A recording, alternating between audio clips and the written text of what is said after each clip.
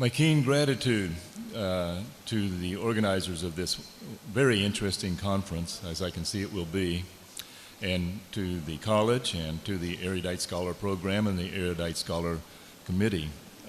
It's a great honor for me to be here with you, and I'm looking forward to the interactions and the following keynotes and presentations. Can everyone hear me okay? Is this speaking voice loud enough? It's comfortable for me. I'm going to read some sections of a paper I prepared, but also I'll pause to have you look at some slides with me and speak extemporaneously from time to time. I'll begin. The politics of beauty in Western modernity. All we can know on earth, and all we need to know, according to the English Romantic poet John Keats, is that beauty is truth and truth is beauty. By ending his Ode on a Grecian Urn with that tautology, I think Keats mocks the confident self-assurance of the Enlightenment, even as he celebrates the poignantly unrealizable desire for a knowledge of truth that we can never be sure that we really have. Later in the 19th century, Friedrich Nietzsche will make the opposite assertion, saying that truth is ugly. Or perhaps Nietzsche was just putting the case more bluntly than Keats, depending upon how cynically we want to read Keats. In the modern epoch, as the absolutist realm of divine right monarchy gave way to republican governments by the consent of the governed, the concept of beauty became gradually and indirectly a premise for theorizing legitimate political authority or governmentality. Aesthetics emerged as a topic of philosophical discourse in the context of the transition from disciplinary society to the society of control, as it was described by Michel Foucault. Following Foucault's lead, contemporary scholars of biopower and biopolitics have sought to understand the ways that power is exercised not simply through top-down hierarchical or repressive state apparatuses, but also through discourses like the social evaluation and appreciation of beauty that become internalized in the habits and thoughts of people. I think this project is one of the most urgent tasks that we have before us as teachers and scholars of the humanity in the global 21st century, absolutely not least because of what we are seeing and others have remarked as the rise of fascism in various parts of the globe. But what are the enabling premises of this assumption that beauty has a politics? I'm going to assert that the importance of the politics of beauty is most important in a broad conceptual level, but also I'll show some examples of more particular instances of the politics of beauty and invite you to consider with me some of their problems. But since the 18th century, the concept of the aesthetic has taken on a heightened importance in Western thought as an ideological force for self-determination and, contradictorily, as a force for the overdetermination of subject formation. It may seem strange that this has happened during a time when, as the German philosopher Walter Benjamin noticed, works of art have lost their aura as a result of the technologies of mass production. Yet maybe it's not so strange at all. I'll return to this question later, taking up some insights of the French philosopher Jacques Rancière, who reverses Benjamin's pronouncement and, after accepting it, says, if fascism is the politicization, is the aestheticization of politics, Rancière will argue that democracy depends upon the politicization of aesthetics, in a broad sense. So, the ongoing cultural wars in the United States and elsewhere demonstrate just how important, I think, this connection between politics and aesthetics are. When Western philosophers took up the question of aesthetics and politics, they had recourse to Greek and ancient models. But the term aesthetics first comes into usage in English and German in the 18th century in a book by someone called Alexander Baumgarten. And I'll show a screen of him a little bit later. His book, Aesthetics, was published in 1751, and it inaugurated a philosophical discussion of aesthetics as a framework for understanding how rational citizens could govern themselves in the absence of absolute divine authority. In the philosophy of Plato and his followers, the beautiful is simply the good, understood as a harmonious ideal that is not susceptible to precise definition. For the Platonists, ideal beauty may be recognized imperfectly through sensory perceptions of natural phenomena and material artifacts, but beauty doesn't depend on those perceptions. As Plato argued in the Republic, art is always only an imitation of something else and so is inferior to the original. My honorary doctor colleague Krishna might disagree, but he's disagreeing with Plato, not necessarily with me.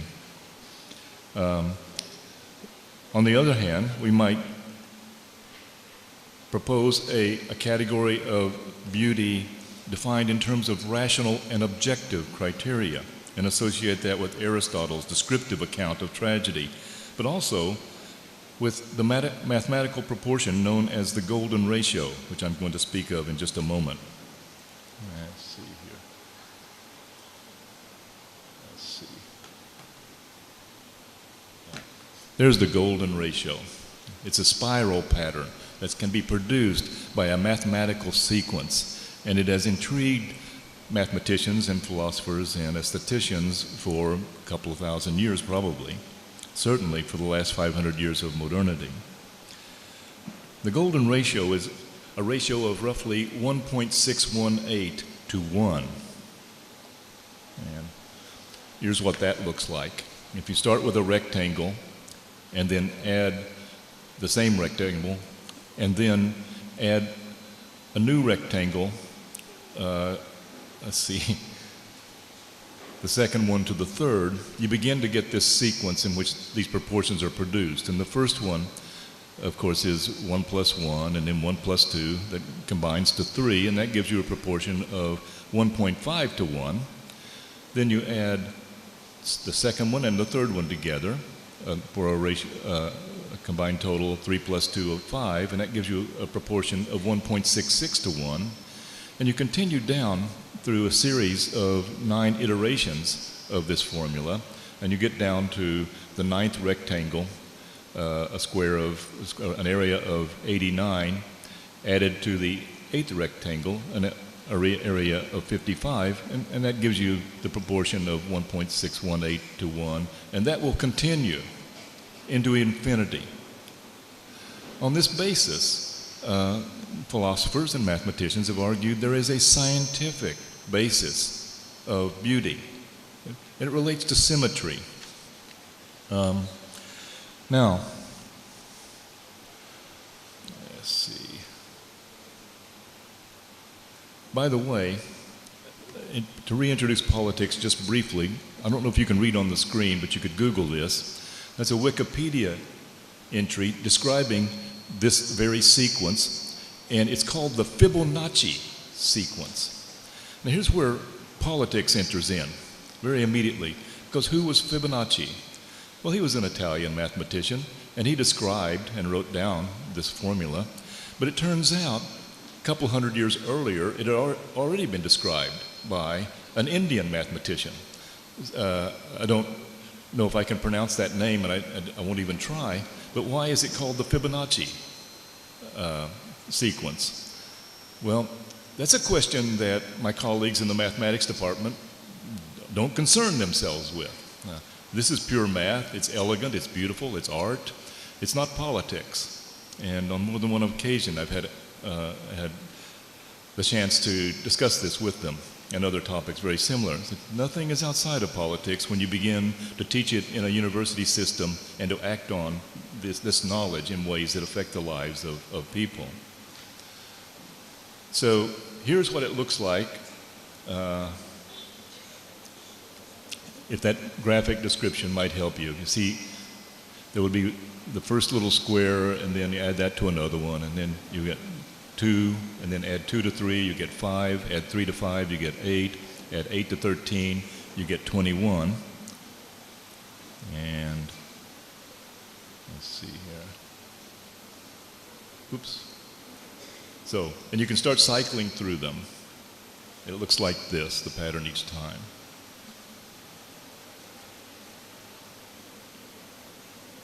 Like that. So you can see the same pattern repeating. If you continue repeating that pattern, you get something that matches the pattern of a nautilus shell, and you find it in nature. And so it seems that within our nature, we're part of nature. This pattern repeats itself in nature. If we could look at this rose here on the table, it's a little bit squished maybe, but it would presumably show the same pattern. And the pattern is also seen in the cross-section of a cabbage, and lots of other places. So that seems to give an objective scientific basis for an idea of beauty that supports the notion that symmetry is beautiful, and that this elegant pattern made of inscribing 45-degree arcs on these successive series of larger and larger and larger rectangles, each forming a proportion of 1.618 to the previous, is beautiful, and that anyone anywhere, at any time, in any place, will respond with a feeling of pleasure by being in the presence of this. And there it is on the Mona Lisa. Now you can begin to wonder if this kind of a pattern is a projection, is really there, or if it's a projection of human consciousness onto everything else. And I'll show you some graphic examples of that in a minute. But it sometimes is used to try to identify the beauty of celebrities. Why do we like these celebrities? And here's George Clooney. You've probably seen him. Yeah? And during the 1990s especially, George Clooney was often identified as an actor, a celebrity with a perfectly symmetrical face and the most handsome man on the planet. And he has aged a bit, and there are some other candidates, but he's still in the running maybe. Along with George Clooney in the 1990s, do you know this actress, Julia Roberts? She's considered a very good example of symmetry, her face, and so a good exemplar of ideal beauty that is natural. The same kind of beauty you find in the Mona Lisa, the same kind of beauty you find in the nautilus shell. But then Julia Roberts herself maybe messes this argument up a little bit when she got married to this man, Lyle Lovett, sometimes seen as the absolute antithesis of George Clooney, someone whose face is not very symmetrical. So we could say, well, beauty is in the eye of the beholder, but that would suggest that Julia Roberts, as symmetrical as her face is, may not be beautiful, have beautiful concepts in her mind, in her formal conceptual beauty. We don't know. The marriage didn't last very long, but they remained friends.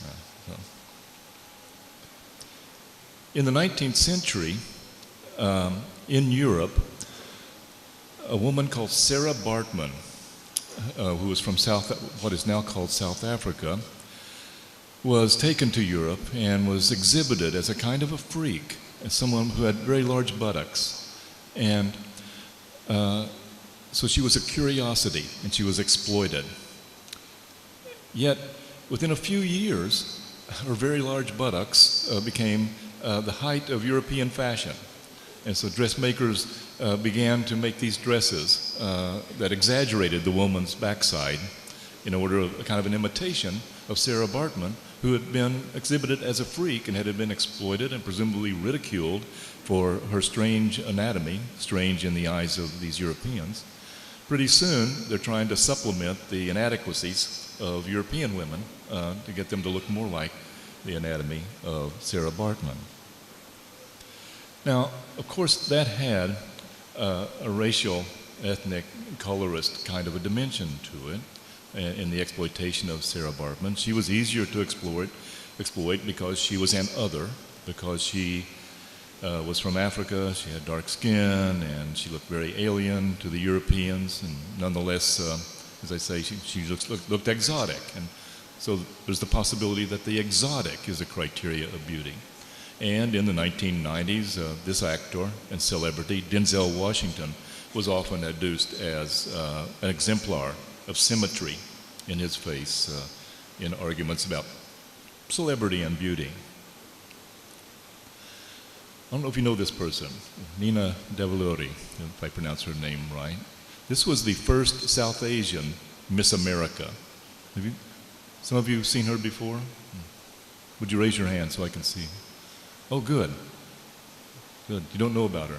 So 2013, she was named Miss America, and sadly, maybe not unpredictably, her nomination and her crowning evoked a sort of a Twitter storm or a storm of criticism on social media, saying that maybe she was too dark to be Miss America.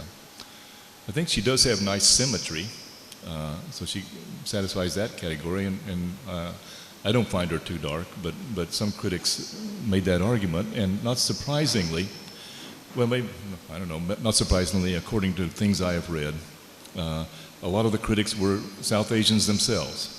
A lot of people in India took to Facebook, and maybe there was even more criticism of her beauty, of her kind of beauty, as eligible for, or as appropriate for, winning the contest title of Miss America in India, even than in the United States. So all of this suggests to me that beauty is political in these kind of very specific instances, these kind of very specific examples. But I also want to talk about the abstract concept of beauty in a moment.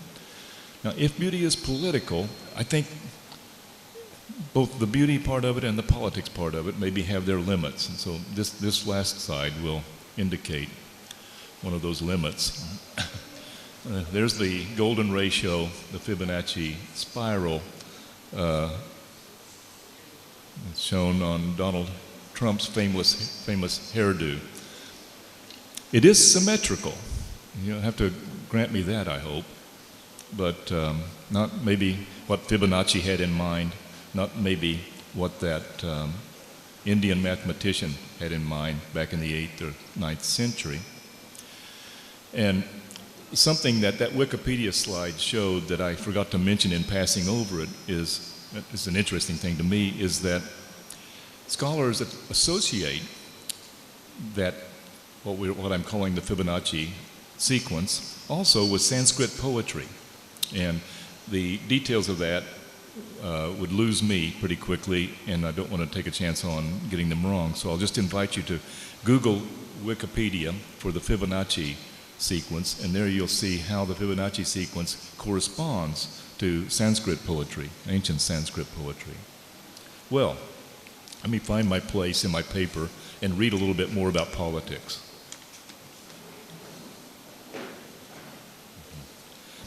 Now, as Terry Eagleton points out in his book called The Ideology of the Aesthetic, the linkage between aesthetics and politics appears in Britain just about the time of the wake of the Glorious Revolution of 1688, when the monarchy was fully divested of its power and subordinated to the British Parliament for the first time. It was an era of excitement tinged with some anxiety, with ideas about the possibility of self-government, inspiring both hope and fear. In the political philosophy of Thomas Hobbes, whom you see here on the screen, the natural state of humans was to pursue narrow self-interest.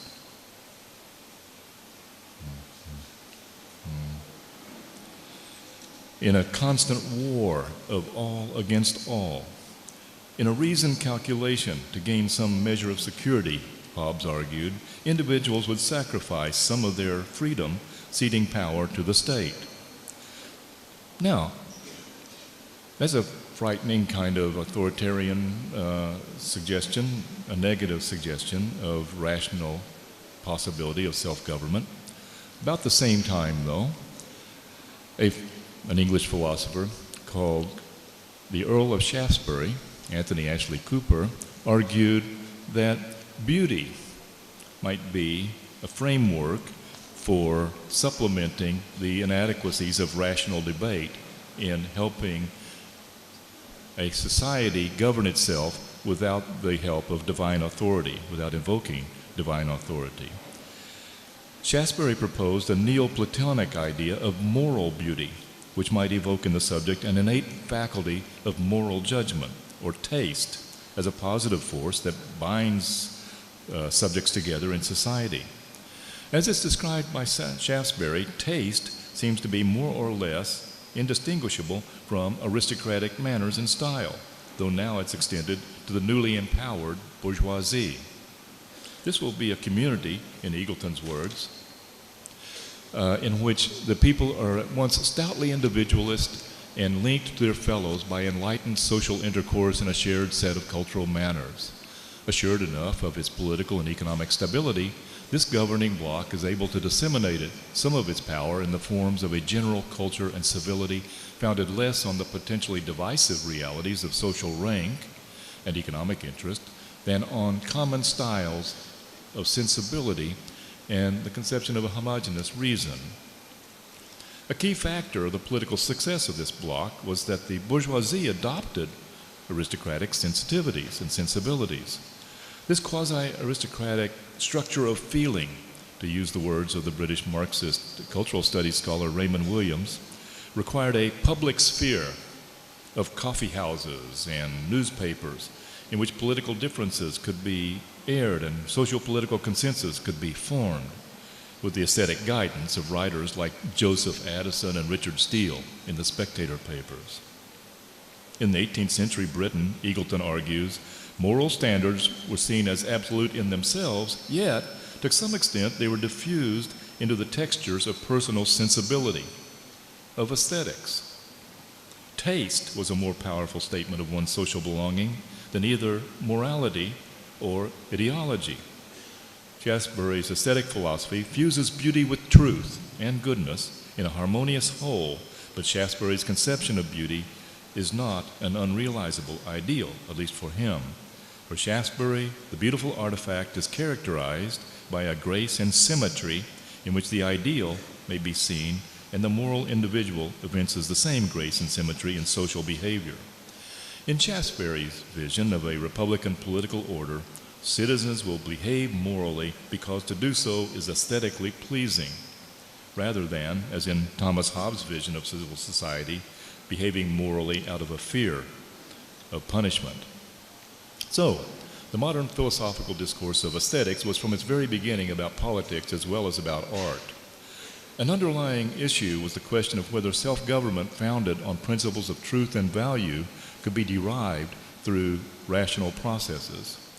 Alexander Baumgarten coined the term aesthetic, borrowing it from a Greek original that referred simply to sensory perception and not directly to art. But Baumgarten used the term more specifically to refer to the spontaneous response to beauty, unmediated by rational judgment. In his doctoral dissertation of 1735 and in his later book, Aesthetica, Baumgarten illustrated his arguments with examples from poetry, but his use of the term aesthetic had broader implications for problems of the constitution of the rational self and republican self-government. Baumgarten sought to identify a process of cognition based on perception that could be supplemented, that could supplement the conceptual logic of the Cartesian subject. And you all recall the Cartesian cogito, I think, therefore I am. My human consciousness, my human subjectivity is premised on the fact that I'm a thinking, rational person. On the one hand, the aesthetic appreciation for Baumgarten seems self-evident, since it's spontaneous and produced by sensory perception rather than by logical thought. Aesthetic response can function as a universe of solidarity among a community of like-minded perceivers. And on the other hand, since aesthetic response seems objective, since it's critical and grounded in judgments, shared judgments of artifacts that are presumed to be objectively self-sufficient, aesthetic response can function as an ostensibly objective, if not precisely rational basis for a hierarchy of values. In place of divine right, aesthetic discourse or taste offers a way to invoke something like a transcendental warrant for political authority in contexts where reason falls short. And I'll say more about this later, but I'll just mention I have in mind here our current context, where reason is falling quite short. And a couple of philosophers who are working on this, or among many, and philosophers who have now passed, who are being invoked, are Giorgio Agamben, with the concept of the state of exception, and Carl Schmitt, working on the problem of governmentality. Well, to move to Kant, Immanuel Kant. In his Critique of Judgment, Immanuel Kant picks up Baumgarten's discussion, describing sensual perception as a source of experiential knowledge that complements conceptual knowledge. For Kant, our perceptions will be imperfect, but the specificity of patterns, of recognition. Oh, is that good? Yeah, thank you. Is that Kant? Yeah. These patterns are shared. We may see a sunset, and we will respond to the sunset spontaneously. For Kant, two things give this response validity. One is it's spontaneous. It happens without our preparing for it. Another is that other people share it. So for Kant, this means probably that this kind of response must be corresponding to a form or a pattern that's already in the minds of humans. Maybe like the idea of symmetry that I began talking about for Kant, although Kant will see this as a form that is, kind of a Platonic-like ideal, and even though it may occur in nature, it's not because it occurs in nature that we respond to it. It's because we have it already implanted in our consciousnesses. Well, Kant's attention to the political function of the aesthetic is established a framework for critical discussions of aesthetics and politics that continues through the succeeding stages of modernity. But a number of recent theorists have returned to the thought of Kant's contemporary, Friedrich Schiller. Friedrich Schiller was a playwright, a very famous playwright, but late in his life, he got very interested in Kant's theory of the aesthetics, and he decided to try to elaborate Kant's theory and make it more sensible. And in this effort, according to many modern theorists, Schiller got Kant wrong. Gayatri Spivak, in her book called Aesthetic Education in the Age of Globalization, says that Schiller misreads Kant, misreads him in precisely the way an artist would misread a philosopher, in a way that gives more power to art than to philosophy, you might say. Schiller proposes that human consciousness can be modeled as three different drives. What he calls a form drive, which is ideal and sublime. I'll try to say more about that term. And maybe kind of associated with pure reason, logic, and the conceptual. And this form drive then comes into contact with a sense drive. And the sense drive represents our immediate stimulations and reactions to external stimuli, hearing and vision and taste and touch. And then for Schiller introduces a third way, a third mediating force, which he calls the play drive. For Schiller, this play drive is the aesthetic. And effectively, the play drive mediates between the opposing forces of the form drive and the sense drive. So it's mediating between rational thought or logic and feeling and emotion on the other hand. Now this concept of the sensory connection to the ideal or to the rational is not entirely alien to Kant, but Kant sees the sensory perception as a kind of a gateway to the ideal, a gateway to the intimation of pure reason, and that is the sublime.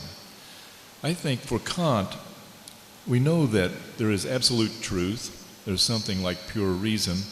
Human consciousness can never quite capture that, but at moments, stimulated by our sensory perceptions, we may get a glimpse of something that's ideal that we can't quite put our finger on. But we glimpse and we are conscious, we sense that it is there, and we sense that it is pure and perfect. For Schiller, that ideal, as far as we can know it and as far as it's important, actually gets produced in the aesthetic, in that mediatory field. And so the aesthetic is not simply, for Schiller, a gateway to absolute truth or glimpses of the ideal or a gateway to the sublime, but effectively, for Schiller, the sublime, whatever we can know of absolute truth, to paraphrase Keats, it really gets produced in the aesthetic field, in that field of mediation between sensory perception and whatever kind of recognition and awareness of reason, pure reason, we may have. Now, let's see where I am on these things.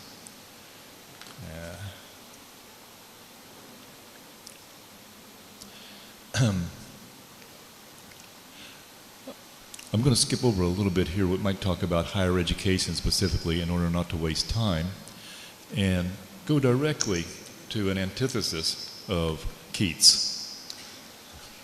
A little bit later in the 19th century, after Keats proclaimed that truth is beauty and beauty is truth, Friedrich Nietzsche countered with the proclamation that truth is ugly. Well, how can truth be ugly? One way I think that Nietzsche, of course Nietzsche is being provocative, he's just being contrarian and provocative, you might say. He's being striking to get attention. But it's more than that. For Nietzsche, what he calls the overman, someone who achieves true individuality and freedom, will be someone who has risen above the aesthetic indoctrination of the citizen, of the human subject. For Nietzsche, aesthetics does produce this kind of contingent morality, kind of contingent subjectivity, the kind of a subject that can be governed in a rational system of republican constitutional government based on a document, following the rules. But for Nietzsche, to achieve complete freedom, you have to pass through that acculturation and arise to a status of freedom for him, of the overman. This is someone for whom laws don't quite apply, and ordinary sensibilities and expectations don't apply. The Nietzschean overman or superman is a law unto himself or herself.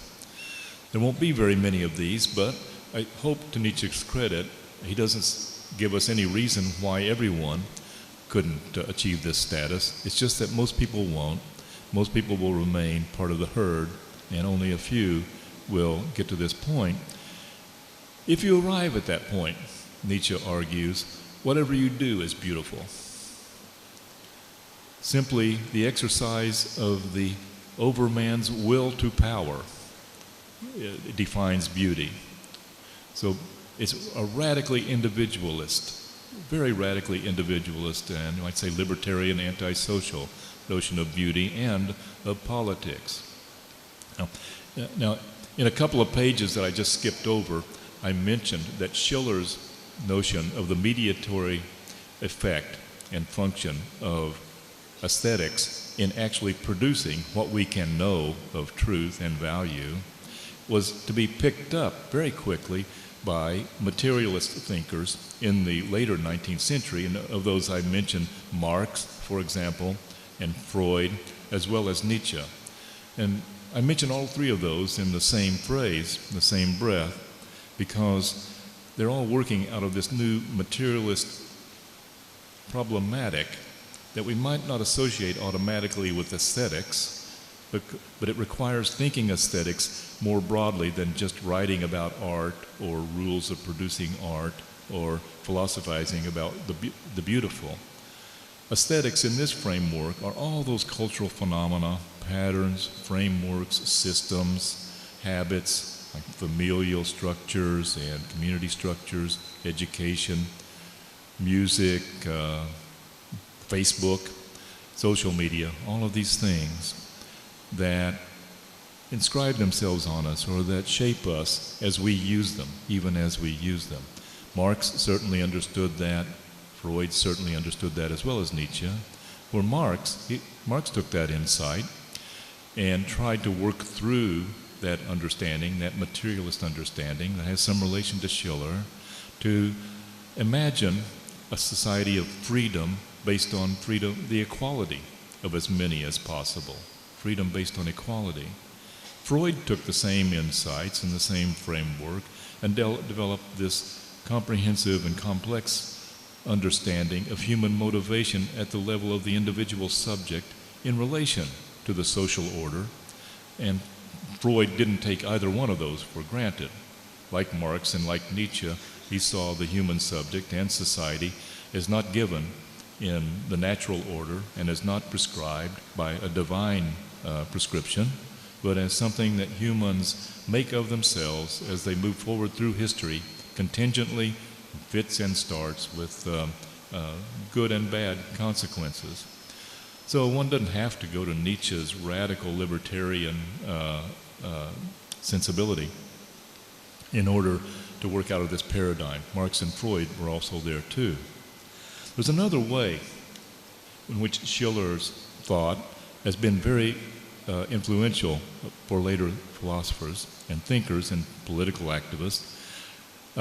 In his book, The Aesthetic Education of Man, first published in 1794, Schiller anticipates the political relevance of aesthetics for our popular culture as cultural workers, our project as cultural workers, and humanities educators. Simply the fact that Schiller recognizes that aesthetic response must be cultivated by a process of education is significantly self-contradictory. It would seem that any attempt to teach the aesthetic will necessarily be constrained by established rational and conceptual structures of pedagogy. So even as we have this democratic and progressive modern Enlightenment concept of the focus on the individual, this how to be an individual has to be taught. And so that contradicts the very idea of individual self-empowerment. If one has to learn how to be free, is one really free? The educational system is much involved in this, but also I'll just mention passing quickly what some thinkers, and I agree, see as the preeminent literary form of modernity, and that's the Bildungsroman. I don't think I have a slide for this. The Bildungsroman is a form of novel that focuses on the development of the young person coming to adult maturity. Usually a young boy, but also it could be a woman, a young girl. The first example of the model that's identified by literary scholars is a novel by a friend of Schiller's called Goethe. Goethe's The Apprenticeship of Wilhelm Meister is seen as the inaugural text of the literary genre of Bildungsroman. And we could multiply examples from Mark Twain's Huckleberry Finn to Charles Dickens' Great Expectations to the Harry Potter series and many, many more. And there will be examples. Elizabeth L.M. Montgomery's Anne of Green Gables, if any of you have ever read that. Lots of novels of the 19th and 20th century which focus on this pattern. And the argument here is there are two things about the Bildungsroman that make it very quintessentially modern. One is that it's premised on the idea of training the young person to be free, with the added kind of contradiction that I mentioned, that if you have to be trained to be free, you may not really be free. Another is this concept of interiority. When we read these novels, it's argued, we identify with the protagonist and we feel like we are Pip in Great Expectations. We feel like we're Harry Potter. And even if we're a girl instead of a boy, we feel like we are Harry Potter. We're going through this experience. And so it ingrains in the consciousness of the modern subject who's reading these novels as they're being taught in school or in universities, or as they're being enacted in reading or viewing.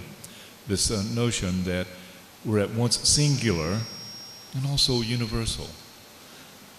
We're universal in our singularity. It's an irresolvable contradiction, I think. Well, by the 1930s, with the emergence of mass society, along with photographs and phonographs and cinema and broadcast media, it was clear, as Max Horkheimer and Theodor Adorno were to argue in their famous essay called Enlightenment as Mass Deception, it was clear that the Enlightenment dream of a citizenship of informed, effective political agency of its citizens was faltering. Adorno's response was to mourn the failure of sophisticated cultural forms, elite forms, such as classical music, and to enlarge the critical faculties of the mass public, while he mourned or rejected the idea that popular forms themselves might serve this function. And specifically, he rejected the idea that jazz had any usefulness, jazz music. In that, I think he was quite wrong, but that was his position. One of his colleagues, Frankfurt School fellow traveler Walter Benjamin, didn't reject popular forms. Instead, he analyzed how art and culture and ideology are functioning in late capitalism, in mass society, without prejudice against popular culture.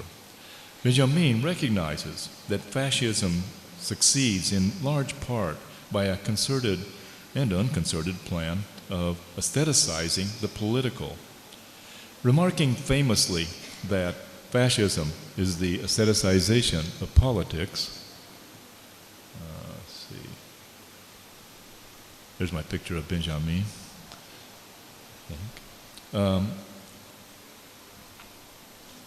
Benjamin notes that the masses are enlisted vicariously into the scheme of glorification of the warrior leader. And I'll read a passage from one of his essays. All effort to reduce politics, the politics of aesthetic, culminate in one thing: war. War and war only can set a goal for mass movements on the large scale while respecting the traditional property system. It goes without saying that the fascist apotheosis of war does not employ such arguments. Fiat ars, pariat mundus, says fascism, and as Marinetti admits, expects war to supply what the artistic gratification of a sense perception that has been changed by technology. This is evidently the consummation of art for art's sake. Mankind, which was in Homer's time, was an object of contemplation for the Olympian gods, now is one for itself. Its self-alienation has reached such a degree that it can experience its own destruction as an aesthetic pleasure of the first order. This is the situation of politics which fascism is rendering aesthetic. Communism responds by politicizing art. Benjamin concludes that responding to fascism requires politicizing art. Yeah. That takes me recently to the political aesthetic philosophy of a French philosopher called Jacques Rancière. And I'll describe a little bit about how I get there. It's common for teachers of literature and culture and the humanities, in my generation at least, to imagine that part of the importance of our work as teachers is to prepare informed citizens who will be able to go out and become effective agents for democracy in modern society. And that's just so commonly assumed amongst us that it's often not even stated, but it does get stated. I hope you'll recognize that's a very modern conceptualization. It fits within the Bildungsroman and the idea of education for citizenship, that complete with those contradictions.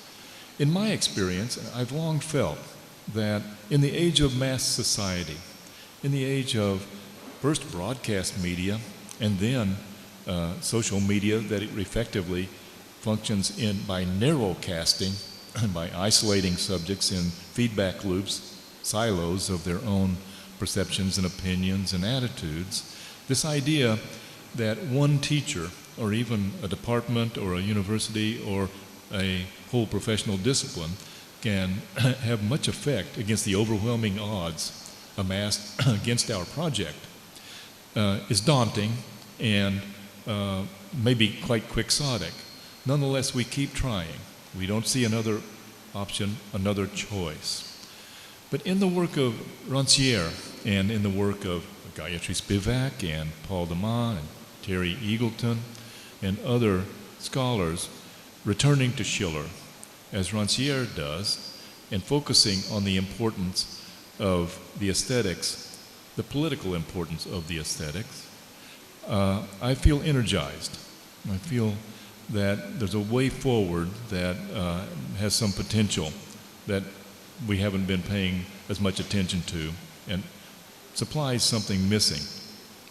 And that is with the assumption that we need to assert the importance of the aesthetic and recognize and strive for the politicization of the aesthetic in broad terms.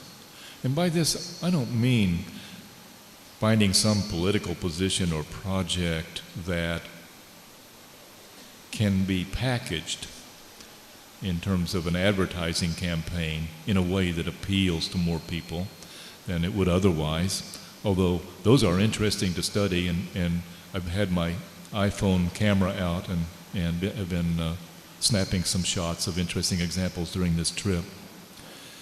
What I mean rather is at least also to attend to this broad understanding of aesthetics, not just as about art, but about structures of feeling, about patterns of sensibility that can be taken for granted and that supplement what passes for rational agreement or rational consensus when that consensus inevitably breaks down. And certainly it has broken down strikingly in the United States in the past few years, and largely through what I would consider a reactionary, conservative, and even fascistic deployment of the aesthetic in the matter of the aestheticization of politics. All the business of fake news, of declaring that truth doesn't matter, are dangers of postmodernity and postmodernism that many progressive critics were able to identify back in the 1960s, 70s, and 80s when postmodernism was being rising to a conscious level among us. And those criticisms and those warnings were correct, but we didn't have, those among us on the left, those among us who hope to be progressive, we didn't really have a viable alternative. And so many people simply pointed out the really palpable dangers of the aestheticization of politics, the aestheticization of reality in postmodernity, the recognition of the contingency of truth and the assertion that there's nothing outside of the text and everyone has one's own reality. People could recognize those problems and dangers and simply propose to return to an earlier moment in the evolution of late capitalism. And that was just not a viable option, to go back to the 19th century or to go back to the 18th century, to go back to a moment like the founding of the American Republic or the French Republic, and assert the rights of the individual and assume that we could really make a dent on those terms against the forces that were amassing themselves with all the power of transnational capital and elite power and existing oppressive structures such as the continuing patriarchy and racial hierarchies and so on that were amassed against those who wanted to teach for emancipation. So Rancière, in a book called The Politics of the Aesthetic, argues for a return to Schiller's problematic. And Rancière uses some terms in ways that are unconventional, but may have some use. He reserves the term politics simply for interventions in what he calls the redistribution or the distribution of the sensible. And by that he means, as I take it, any effort, any intervention that includes larger numbers of people in the consensus or in the framework of understanding that is identified as the polity, whether the polity is at the nation-state level or at the level of a transnational, global community, economic or political, or simply of those who are impacted and share the same zeitgeist among each other, those who are excluded from that consensus of Enlightenment humanity, those people who hear the music that my colleague a moment ago was speaking about and don't get it, need to be attended to. And those moments of intervention are ones that Rancière argues we should be teaching for. So he reserves politics as a term for those moments, and what we ordinarily call politics, he simply labels the police. And by that he simply means not the military and the police and these repressive state apparatuses that we might usually think, but everything that works to maintain the existing social hierarchies, existing oppressive orders, existing exclusionary practices and structures and systems, whether by means of ideological interpolation or more forceful, coercive matters. And this sorts well with the current work that's being done in the area following Michel Foucault's work on what's called biopolitics and biopower. So graduate students and theorists and some undergraduates and politically active people have an interest and a stake in it, and I find that people respond to this concern. The last thing that I'll say about Rancière's terms is that he reserves for democracy, and he argues that all teaching should be to advance democracy, and he wants to define democracy as simply the extension of equality. The extension of equality wherever and whenever possible to as large a community as possible. So those who are excluded from our communities of equality, those people, those subjects represent our audience as teachers for Rancière. Sometimes we may have representatives of those groups in our classrooms. And sometimes we may unthinkingly be tempted to just say this person is ignorant, or this person is underprepared, this person may not quite belong here, or this person just disagrees with me so forcefully and so egregiously that I have to reject the person's status as a legitimate member of our intellectual community. I think that's those are the people, among the people that Rancière would say we need to be teaching and we need to be learning from, we need to be producing knowledge with. Many other times we won't have anyone like that as we perceive in our classrooms as teachers or in our audiences as artists and cultural workers. Those people are out of sight, are refugees, are nomads, are migrants, are excluded or suppressed, are working in menial jobs and for unclear reasons that are rendered somewhat invisible, are excluded from access to our systems of higher education. And those people need to be represented as best as possible. Their interests and perspectives and perceptions and politics need to be represented in the classroom and in our writing and in our teaching. And I've got some specific ways that I've tried to do that for many years. And so finding Rancière rather late in my career as a teacher has renewed my energy and renewed my commitment and renewed my hope for the possibility of making a difference in teaching for citizenship and democracy. Well, I'll conclude with that, although there's quite a lot more than I can say, and I've left some pages unread, perhaps to your great satisfaction and relief. But if you have questions or comments I always want to invite those. And if we don't have much time for interaction, you can always send those to me by an email, and I try to answer every one and look forward to those opportunities. Thank you all very much.